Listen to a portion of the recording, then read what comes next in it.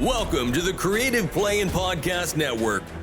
Join us as we share our favorite RPGs, one-shot games, tabletop games, reviews, and convention panels. Sit back and enjoy the show.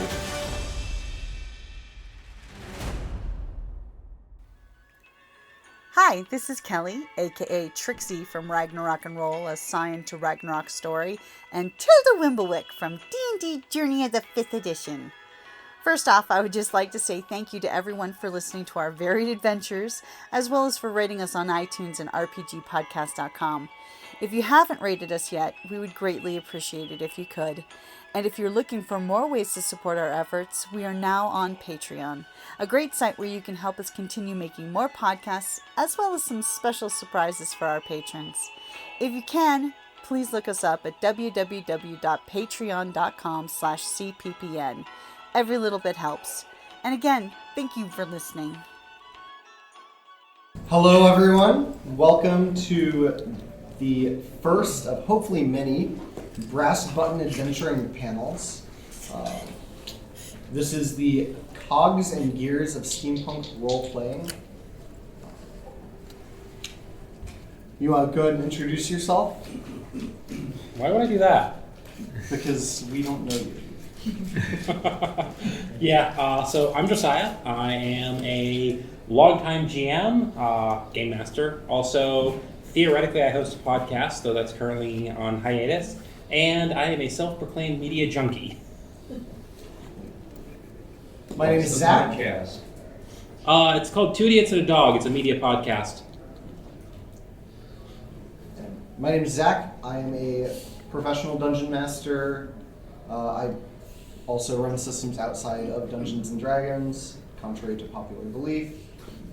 I am a steampunk enthusiast. I am currently on the board of directors for the Arizona Browncoats, and also involved in a handful of other portions of nerd culture. Before we actually start into the meat of this panel, just kind of to get a show of hands, who here has previously or is currently playing in a tabletop role-playing game? Okay, about half. Who here has never played a role-playing game before in their life? Just put your hand down. All right. So, if at any point there are questions about what specific terminology that we use means or anything like that, just raise your hand and we'll get to your question as soon as we're able to. Other than that, until we get to the end portion, we are going to try and keep questions to a minimum, just so we can move through the panel quickly and make sure that with the relatively short time slot we have that we're able to finish it on time. That would be helpful. Yes, it would be not the first time we did, but near that. So, first thing we want to talk about is what makes a good system for steampunks and for steampunk role-playing games when we're talking about mechanics or other aspects of that. Josiah, your initial thoughts here? Like it shows on the slides, I think one of the things that is actually a very important thing for a steampunk RPG is being able to customize your system. Basically, because at the end of the day, steampunk, there's a lot of variance in what people define or want from their steampunk. So for a good steampunk RPG, you need to be able to make sure your RPG matches what you want from steampunk. Absolutely, I definitely agree with that. It's this is actually, I think, the first steampunk panel we've ever done where we didn't have a slide that says, what is steampunk? And we avoided that question for this, but I agree that system customization is super, super important, whether that's in the form of modularity with different pre-made plugins that allow you to use different mechanics or whatever. I think that's a really important factor to look at. You had mentioned when we were discussing this panel before that mechanics-driven technology is something that's really important also in your mind. Do you want to talk a little bit about why that is and what that means to you? Well, so part of it for me is there are a lot of RPGs where there isn't really anything to define the technology or make it have any distinction from magic or anything else. And that's fine if that's what you're looking for, but I really feel like steampunk needs a certain amount of mechanical, like actual core game mechanics, definition of how technology works and what you can do with it, as opposed to just being, well, this is another flavor of magic. Okay. Yeah. No, again, we've talked about this before. Yeah. I'm totally in agreement with you on that too. I think that having the possibility of a steam engine misfiring and causing some mishaps or something, or the incredibly intricate clockwork that's going into the the gyro system on an airship to keep it stabilized, failing and causing, like, that could be a plot point in and of itself. And having the mechanic to handle that, I think, is super important. And speaking of airships, for me, one of the driving things within looking for systems to play in steampunk settings is that driving. Like, I want my players to have the ability to have a ship or a vessel or vehicle and have travel feel meaningful, right? It's not just a hex crawl from old school D&D or something like that. I think that narrative-driven travel where you can really incorporate story points and plot points into your day-to-day travel and have day-to-day life on an airship or whatever the other vessels you're using in that universe are. Yeah, you mean hyper important. You might be running a game that's centered around a train. I mean, because Yep. Trains can be a very important part of steampunk, and I mean, you could do something like a steampunk. Snowpiercer? Yes, thank you. I was forgetting the name of that's exactly what I was just thinking. So we spend too much time together. We do. Great minds think alike, and fools rarely differ. We're the latter. So I think those are really important. Are there other elements that you think lend themselves into a good steampunk system? I think most of the other things I would think about would probably go on the next panel. Yep. Or next, Okay. not next slide. panel, next slide. So that raises the question of what makes a great steampunk system and what separates it from just a good system. I know you and I both are on board with this. Micro or player level customization of their character in meaningful ways that you don't get in other settings. Super important, right? Yeah, and one thing that I personally think is really important, even beyond just high-level character customization, for a great steampunk system, is gear customization. Oh, yeah. Being able to actually, so there was this is D&D 3.5 era, so about 20 years ago. It was the Iron Kingdoms book for that system, and it had rules for completely custom building firearms. Making it so it was, whether it was a long arm, a carbine, a pistol, semi-automatic, automatic, revolver, just every little aspect of how your firearm functioned had rules that changed how the gun worked. And to me, that was something that's just, for a great system, you need that, in my opinion, because steampunk is all about weird gizmos that do something very specific to you. I absolutely agree. And you mentioned Iron Kingdoms. The standalone Iron Kingdoms system has mechanics for that also that are fantastic. You also, the depth of customization that I think of in systems like this is really, really directly. I think it is. There we go. We'll mute that. Sorry. My Discord's just going nuts today.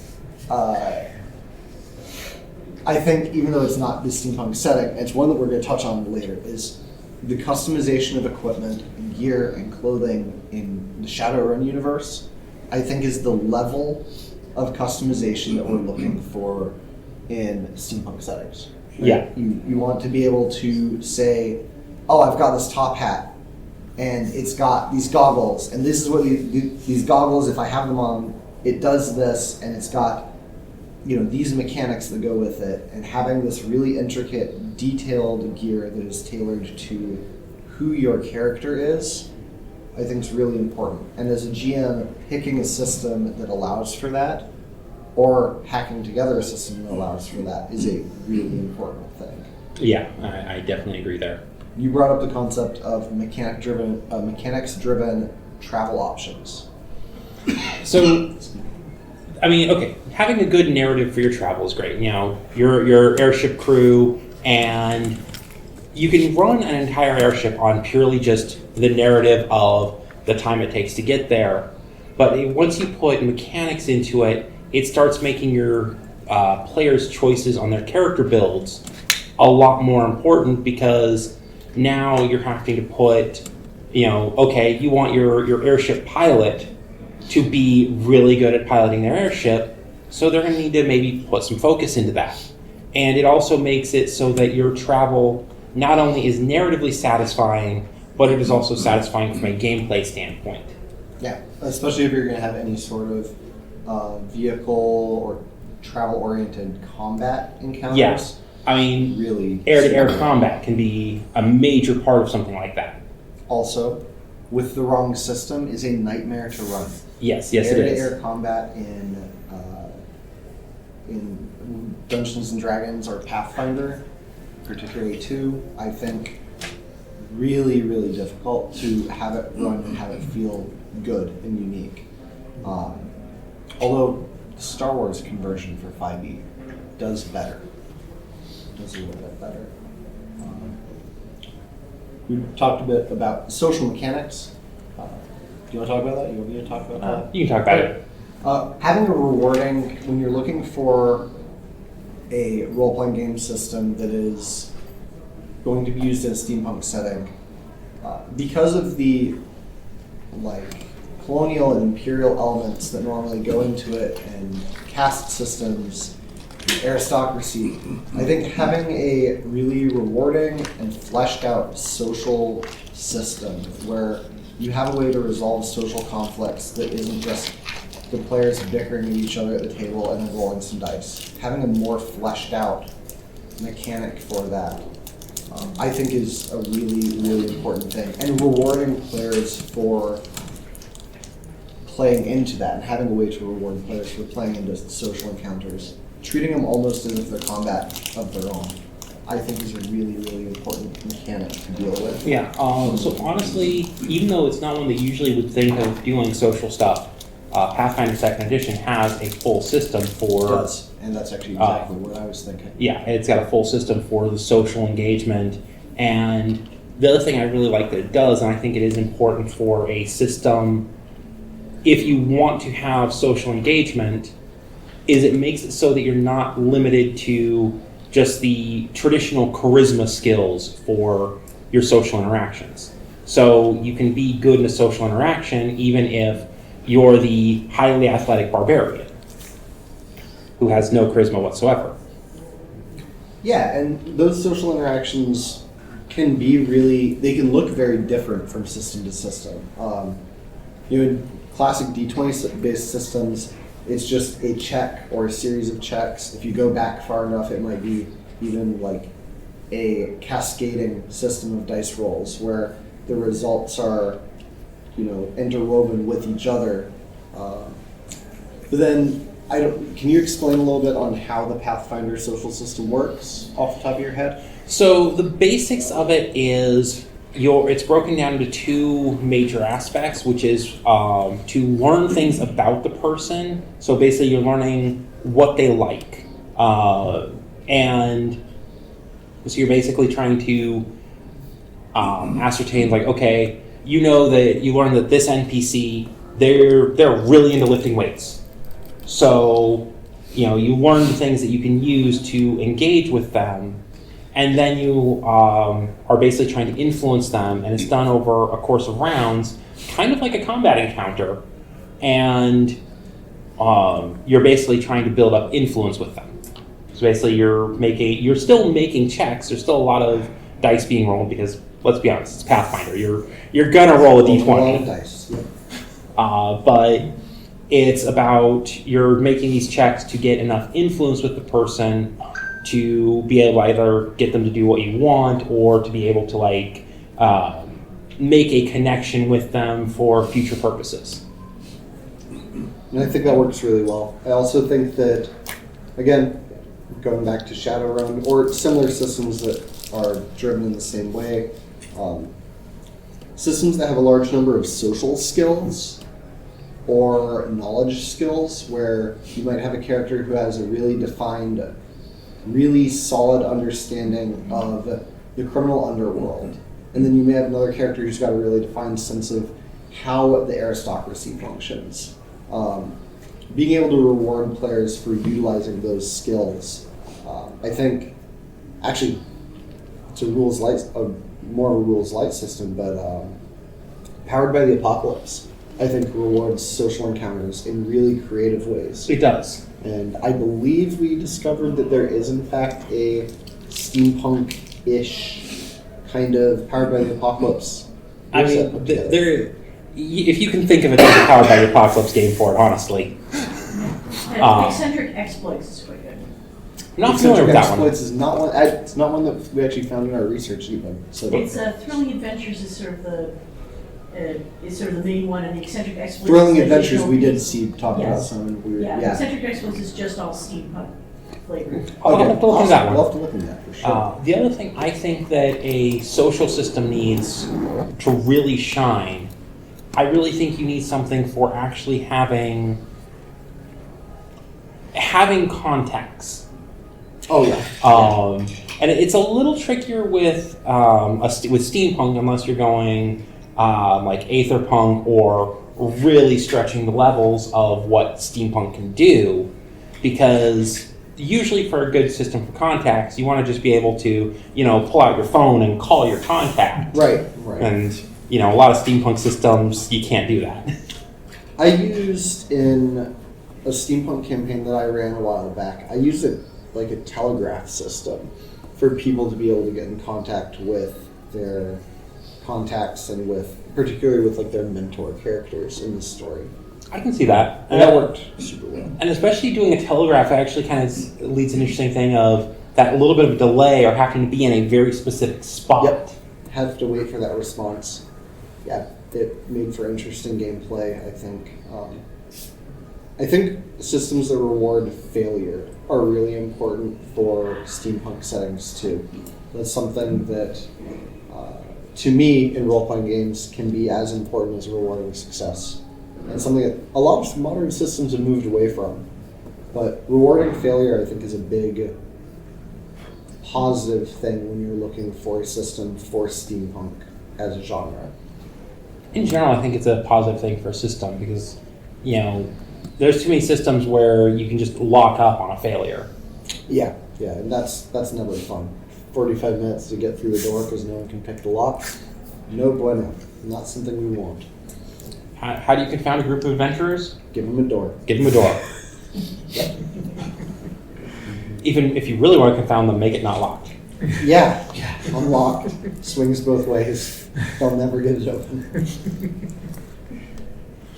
I feel like there's some jokes there, but... This is a family show, sir. Yeah, this is a family show. So, with those elements in mind, how do we go about picking a system for your group of players? That's always the question. It's a question that one of my regular play groups is actually currently struggling with. Is what system are we going to play and how are we going to play it? We've outlined 3 main points that you need to establish with your player base before picking a system. The first of which is, what is their past experience of RPGs? If they have never played a tabletop game in their life, tossing them into a steampunk hacked conversion of Shadowrun might work. But if you throw them in a steampunk hack of a Palladium game, it won't work at all. And it might just be frustrating and overwhelming. Oh, yeah. Whereas something like the Tiny D6 system. Or like one Powered by the Apocalypse Powered by games. the Apocalypse. Those are really good for introductory level players. Yeah. Or if you've got a group that they've only played 5e, D&D 5e, for those not as familiar with the terms, you might want to just end up hacking that, even though it's not a great system for steampunk. Yeah, it's not. It works. But it works. I ran a 52 session campaign of it, and a lot of people think it's the best campaign I've ever run. But not because of the system, I would argue. Well, because you're just a decent GM. Yeah, and depression leads to writing good campaigns. Man, I wish my depression led to writing. And honestly, I think slightly more important than past player experience is your intentions for the game. Because you're going to want different systems depending on if you're looking for a really high combat, heavy on aetherpunk style, where you're basically running D&D but in a steampunk setting, versus if you're wanting to run something that is really realism driven, so not a lot of supernatural technology, and really going for the gritty, down and dirty realism of steampunk. Right. And those are going to be two completely different systems. Absolutely. And especially if you look at, if your intentions are just to sit down and tell a story together, and the success and failure and reward and progression doesn't matter, you can use a system like Fate. Yeah, you can use a system like Fate, because if all you're wanting really is a loose set of rules to drive your narrative, you don't need a lot. D20 Light is another obscure but I think relevant one for that. Versus, if your intention is for the game to devolve eventually into a war game, where your players are commanding armadas of airships on a battlefield, like that's something that I've always thought would be fun to do. Finding a system for that and picking a system that works with your group, you've got to have a really, really clear intentions that that's where it's going to go, because otherwise you're going to lose players really quickly. Yeah, because and honestly, that is a very important thing to define to your group ahead of time. Also, is what the intentions are, because if I'm like, oh hey, I'm running a steampunk game, and 6 of you join, and then halfway through you're like, oh wait, this is going heavy into into basically turning into a full-on war, and I wanted just a nice narrative experience, and I wanted to talk, political ramifications and such, might not be the game for you anymore. Have you ever tried running a cozy campaign, a cozy gaming campaign? That's weird. It's weird. It's fun though. It's fun as a little side thing. Like, people are building houses, people are doing farming, whatever. It's it's like playing Stardew Valley but on pen and paper. It's fun. It's a neat way to go, and in steampunk setting, having where they're running like some sort of mechanics shop, or telling the story of Asgard, maybe something like that would be really fun. But I think we both fall into the category where we divide experiences into narrative experiences and action-driven experiences, right? Yeah, usually. Yeah, that seems to be the general consensus. What if you're picking a system for a narrative-focused game? What sort of things would you look for? So even when I'm looking at a narrative-focused game, I still want a certain level of character customization, and I want something that's going to mechanically work with the narrative, as opposed to we talked about Fate. To me, Fate is too loose, even for a narrative-driven game. It's a loose set of rules for playing Let's Pretend. Let's be honest. There's nothing wrong with that, but that's too loose for what I'm looking for. Sure. If I were doing a more narrative-focused steampunk game, the first one I would probably look at is Genesis. I think that's a great pick for that. That is a system that It's most known for its Star Wars game, but it's got a really good blend of narrative mechanics and rules, basically. What are the rules in Genesis that drive that narrative aspect that make it one that's of interest to you for that purpose?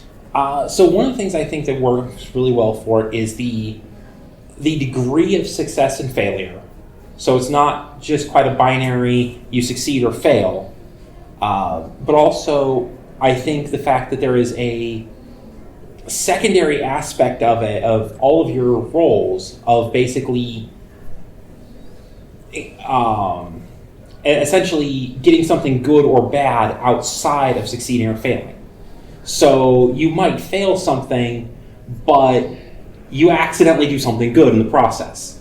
You know, you're sitting there, you're trying to fix your airship engine, and you fail to fix your airship engine, but in the process, you, I don't know, manage to release a bunch of coolant and block off a section of it to the people who are invading your airship. Things like that. It's got this weird system of getting good or bad results outside of just success and failure. I like the Mithras system for that, which is is that the RuneQuest derivative originally? I think so. I'm not. In Space is the space version of it. Has a really great nuanced success and failure system. I love it. It's they try to purge the airlocks and realize the cat's in the airlock also, and lose their cat in the process, or they're successful but at a cost. Yeah. Powered by the Apocalypse does that pretty well too. There's full success, great success, success at a price, or failure. Mm-hmm. Yeah, and that again, it's a system that keeps coming up, and because I think it's really while it lacks the customization depth we were talking about, Powered by the Apocalypse if you want rules light, it's hard to go wrong with Powered by the Apocalypse for a rules light system. So we're getting a little bit into systems, so we wanted to discuss the idea of using a dedicated system that's built from the ground up for steampunk gaming versus taking a pre-existing system that's for something else and kind of altering it to fit the world that you're playing in. And then also looking at setting agnostic systems like Genesis, I believe qualifies as that. Yeah. Starting with dedicated systems, the number of dedicated systems for steampunk isn't huge. It isn't. It's kind of a niche genre in the RPG community. And I would say that that's probably the biggest con to it is choosing a dedicated system. Is just that your options are limited to what were there's like 6 main ones that we need to have with, I think. There's Tephra, which almost goes into setting agnostic, but it still was built around steampunk. There's Freelancer. There's a couple others that I can't think of off the top of my head, but I think we found a Blades in the Dark system. It's a dedicated system for steampunk. And the one that she just mentioned in the back there. Yes, which we're going Eccentric Exploits is one we're definitely going to have to research. And that actually might be a really good fit for my group on Monday nights. Nice. We'll see. I really appreciate that recommendation. The pros to those systems is they're low effort. Relative to other world building or things like that, you're not having to go, okay, how does an airship work from a game rules perspective? How does a misfiring engine work? They have the rules in place. You're not building something from nothing or altering a pre-existing thing. And I think for a lot of people that want to just sit down and play a game, that's the way to go. Yeah.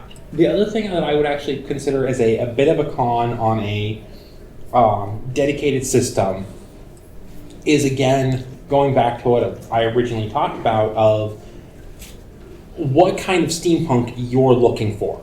Yep. Because you might really like freelancer mechanically, but it might not fit the vision of steampunk you're going for.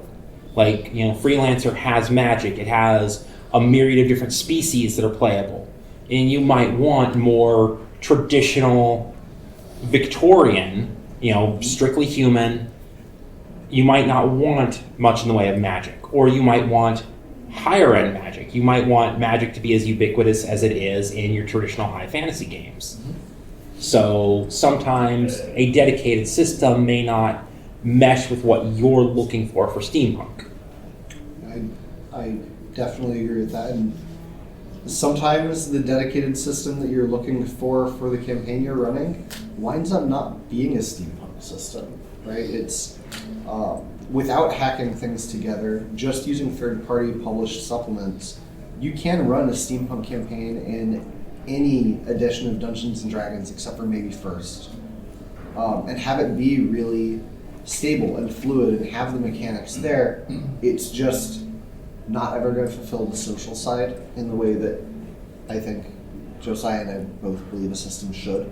Yeah. For one thing. And especially you go look at anything post 3rd edition of Dungeons & Dragons, you've got the Eberron stuff. And, that's exactly what I was thinking of. Eberron itself is more mage punk, but there's so much steampunk in that it'd be really easy to use those as the core for running a steampunk game. Yep. Yeah, and rules for, once you get into Eberron, you've got rules for trains and how trains function. And airships and tons of airships. Yep. Get into time travel a little bit with actual time machines, not magical time travel, which starts to become terrifying for the players. If you want to scare players, time travel is the way to do it. Yeah. Do not recommend messing with time travel unless you're ready for it. But those dedicated systems can be modified and hacked, as that's the term in the gaming community that's normally used for it, is hacking a system. And of course you can hack, at the end of the day, anything. You can hack any RPG to do anything else. But sometimes you're really just wasting your time and effort because, I'm not sure how well you could turn Free League's Alien RPG into a steampunk RPG. Yeah, we looked at that. You and I looked at, with the claim of, is it possible? We looked at it, and that was the one you chose to look at, and we determined that possible, yes. Excuse me. Worth it? No. The big con to hacking systems together like this is that it is a huge amount of work to do it to start with, and it's even more work to do it in a way that things are balanced long term. If your campaign is going to be more than 10 sessions, if you're hacking a system together, you better be real sure of how the rules in the world that you're building work and where you're willing to break those rules at, because players will try to break physics at some point. And you also have to be willing to basically look at things and either accept that you've just broken things and your game is no longer at all mechanically balanced, or look at your players and go, I made a mistake, I have to change this because otherwise you're going to be dropping tactical nukes every 5 minutes. Yeah, and that, again, that's the con. Is the big con to hacking a system of any type is the amount of work that goes into it. The flip side is the reward is just a phenomenal thing. The major pro of hacking a system is, as long as you're willing to put the work into it, hacking a system will give you exactly what you want. And earlier I mentioned Shadowrun. Cyberpunk could be a stand-in for Shadowrun also in these cases. But the framework for a steampunk system is there. If you want Wild Wild West style, big, massive, like body modifications or prosthetics or, an additional limb that's powered by clockwork or whatever, Shadowrun gives you the rules to do that, and you can hack that system into a steampunk setting that is probably as perfect of a system as you could put together for it, in my opinion. I think it's a really great system. And looking at it specifically to see the pros of taking a pre-existing system and adapting it to the steampunk environment, I think is it's the best example I can think of for how much benefit and how much juice is worth the squeeze at that point. Yeah, I mean, like we were talking about earlier, you could almost take Shadowrun and just reskin it, not make any mechanical changes. And as long as you're willing to, basically hand wave the modern technology as just, Aether power or something, it works. But, like I said, there are downsides. The thing that typically doesn't have a lot of downsides tends to be the setting agnostic systems. And you want to talk about a handful of those? Yes. So if you're not familiar with a setting agnostic system, it's a general system that it functions basically to run any type of RPG in. Whether you want to run sci-fi, high fantasy, steampunk, modern day, the main pro of it is there are rules in most setting agnostic systems for anything. You can find rules to set up how much magic you want, how many, whether you want strictly humans or you want a variety of species that people can play. Whether you're looking for, range combat being the primary because everyone's using firearms, or, it's strictly melee, or you're not even really looking at combat much. You're going to be doing a really social-driven, maybe you're doing a cozy game where no one's fighting because you're just running an airship mechanics shop. Mm-hmm. And as long as you pick the right setting agnostic system, you can find rules for it and be able to just basically bolt on this part, and this part, and know that they should work together. Yeah, it's almost like a modular game system in a sense. Yeah. I think I believe it's the basic role-playing system. Is that the one that Call of Cthulhu uses it for? I believe so. Jen, do you know off the top of your head? Yeah. That's right, basic role-playing, right? That's one that has a lot of potential content, and because the game master makes the skills in the character sheet when they're establishing like session 0. It's another great feature to really look for in that is when you're establishing the rules of your game, how much do you get to customize and change?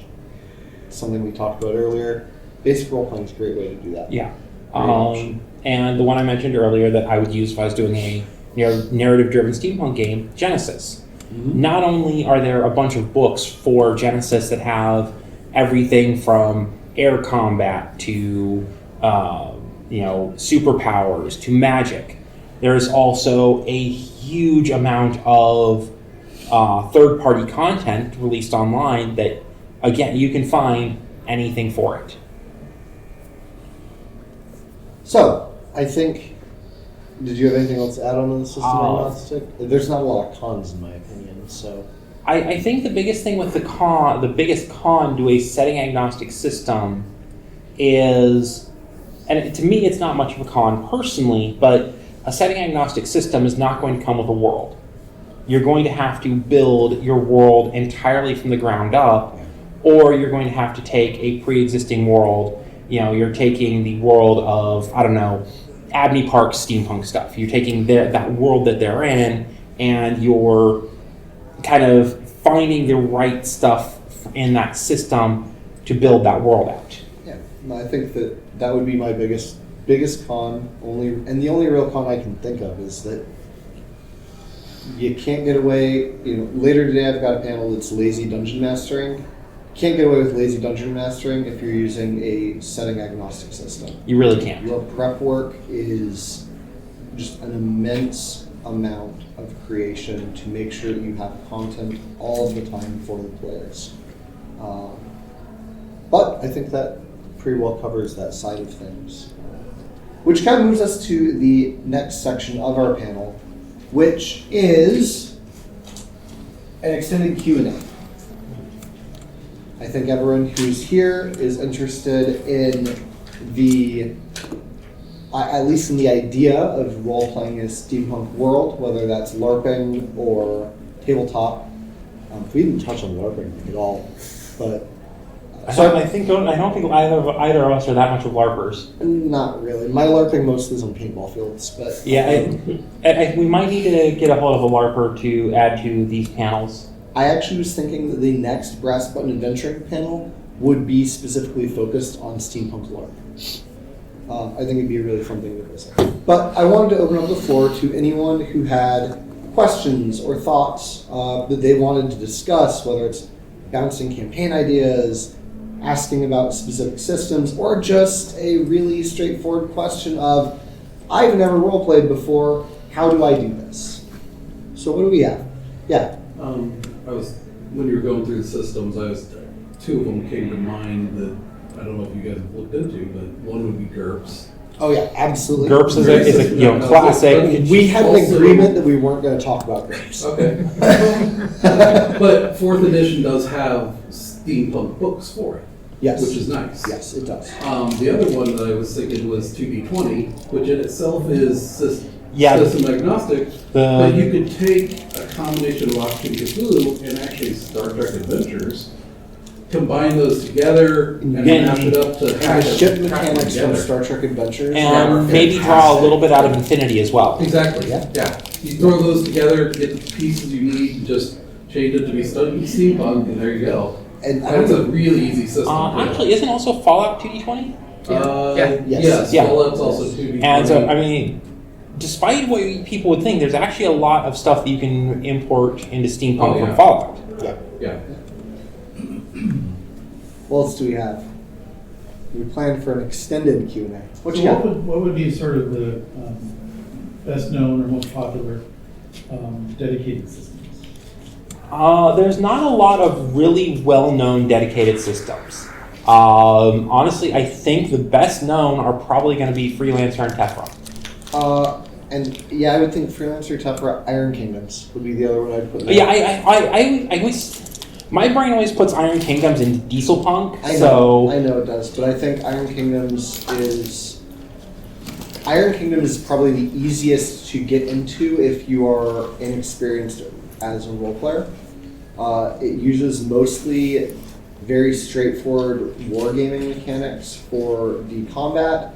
Social encounters and stuff are very, very fleshed out and rewarding feeling while not being overly complicated. I think if I were looking for a starting point for a dedicated system and I wasn't interested in going with like a really small indie publisher, that would be my choice, would be Iron Kingdoms. Yeah, especially because the Iron Kingdom setting is also just a really cool setting. It's a bit darker of a setting, and you've got you've got automaton, you've got a variety of playable species. You have a decent amount of magic in there, but yeah, it's got a really cool world. And the rules, the thing I like about Iron Kingdoms for a dedicated system is that if the game master wants to run a game that has no magic in it whatsoever, the rules are in place for Iron Kingdoms to be run as a low to no magic setting and have it be functional still, which is something a lot of the dedicated systems lack.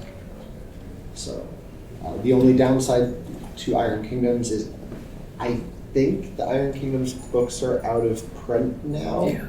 Especially since they did Iron Kingdoms 5e. Yep. Yeah. But the flip side is that at least their older content is available free online. Legally free online. I'm not encouraging yo ho ho, yo ho ho. It is actually legitimately available for free. So, but that's a great question. Can you think of any other major dedicated ones that are, Tephra, you mentioned it several times. Wasn't there a Savage Worlds like Wild West?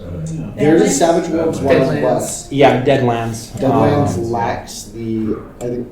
I think Deadlands, you could You can make a modify mad it scientist into it. and use steampunk-ish. Yeah, you could- steampunk light. You But could yeah, hack it in. it- It definitely drifts more to Weird West than steampunk, but there is a lot of crossover between Weird West and steampunk. Yeah, they also had rippers, Oh, which is like yeah. the monster side of things. The Dr. very, Jekyll's very Islands. Victorian Yes, monster that's hunting. very Victorian, but leans into the monster side.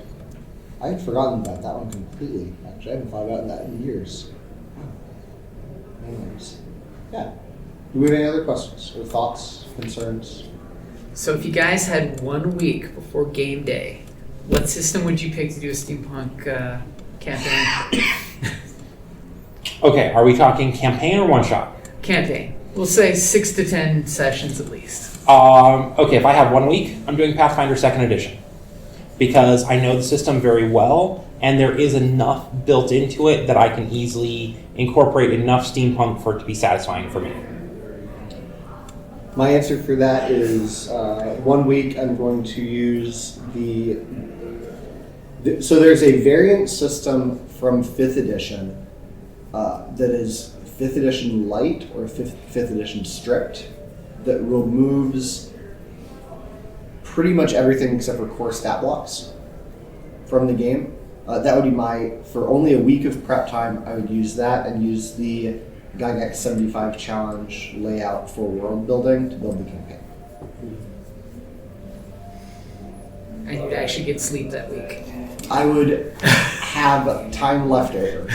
I am that confident in the combination of rules, and the Gygax 75 challenge is not designed to be done in a week.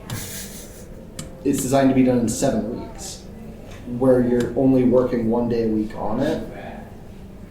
I've done it before where I just did it 1 day each week, and I'm now 37 sessions into the campaign that I did with that. And I've done essentially zero prep since doing the 75 challenge. So if you've never seen that before, super cool resource.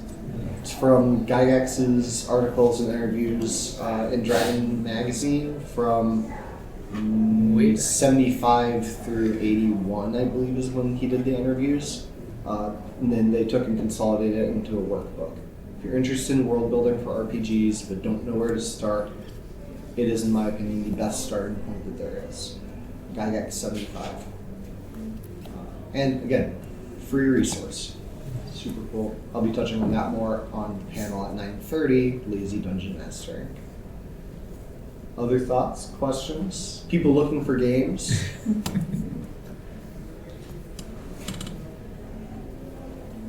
Crickets? Crickets. Don't do All right. crickets. What else Where you can we got? find you guys online? So you can be found through Two Idiots and a Dog, right? Yeah. That's It's, your podcast. it's like I said, it's currently on hiatus, but hopefully we'll resume it. You have some back content still though, Yeah. that can be listened to. About 2 years of back content. Finding me online is both easy and difficult. I can be reached through the Arizona Browncoats, through info@azbrowncoats.us. Alternatively, I can be contacted. I can be reached through the Amazing Discoveries game store here in town. I can be reached through Instagram or Facebook by just searching for my name. I'm not my personal security and operational security is non-existent at this point, essentially. Same. A bit of yeah. Yeah. You ever want to reach out, talk to us about that? That's the way to do it. Yeah, I'm easy enough to find on Facebook too. Yeah. And Blue Sky now, although I'm a little harder to find there. I don't have a Blue Sky yet. I keep planning on it, but I'm not. So, if we don't have any other questions, a quick review of the things that you should look at when picking a role-playing system for the steampunk settings. Firstly, you need to have a discussion with your players about what their level of experience and your general game intentions are, whether you're looking for an action-focused or a narrative game. Secondly, you need to be aware of the mechanics that you do or do not want to utilize, and whether you want to delve into a rules light system or a more rules heavy and crunchier system. Based on those things, you can then pick from a setting agnostic system, you can pick from a dedicated system, although the selection on those is small for Steampunk, or if you're willing to put the time in, the place you get probably the most benefit is through hacking together a system from a pre-existing system. Excuse me. Did you have anything you want to add on the in review? And remember, you win when you kill all your players. No. No. Somebody get me a And note, I said players, not characters. Yeah. Oh, wait. Wait a second. Important distinction. Well, By the way, Jim, can I get you to help me hide a body? What's that? Can I get you to help me hide a body? Just shoot me a text. I'll bring you a show. I feel so loved. I think I'm going to need like 4. Well, I believe that, right, they want us to wrap up at 1:50, right? I think so. Yeah. Well, thank you for coming to our panel. If you have any questions, you can find me at the Arizona Browncoats booth. I am happy to talk gaming of pretty much any type, except for I'm not into the Pokemon card game. But other than that, I'm down to talk about whatever, gaming-wise. And you probably can find Josiah just wandering around looking at things in the vendor hall. Yeah, I'll be wandering around aimlessly for a while.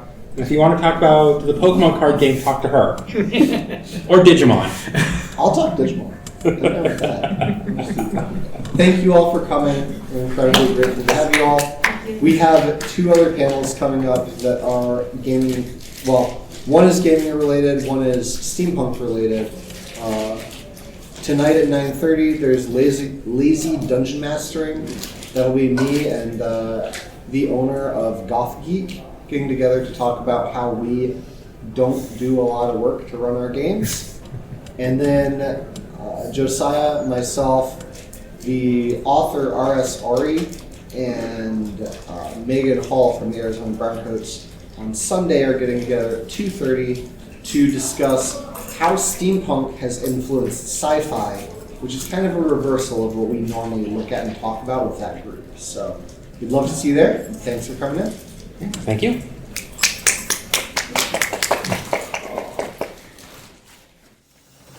Thank you for listening to the Creative Playin' Podcast Network. If you enjoyed our show, please check out D&D Journey of the 5th Edition and Ragnarok Enroll a Scion Hero to Ragnarok Story. Also, check out our Patreon page for more content and behind-the-scenes things, as well as joining us for a one-shot game or two.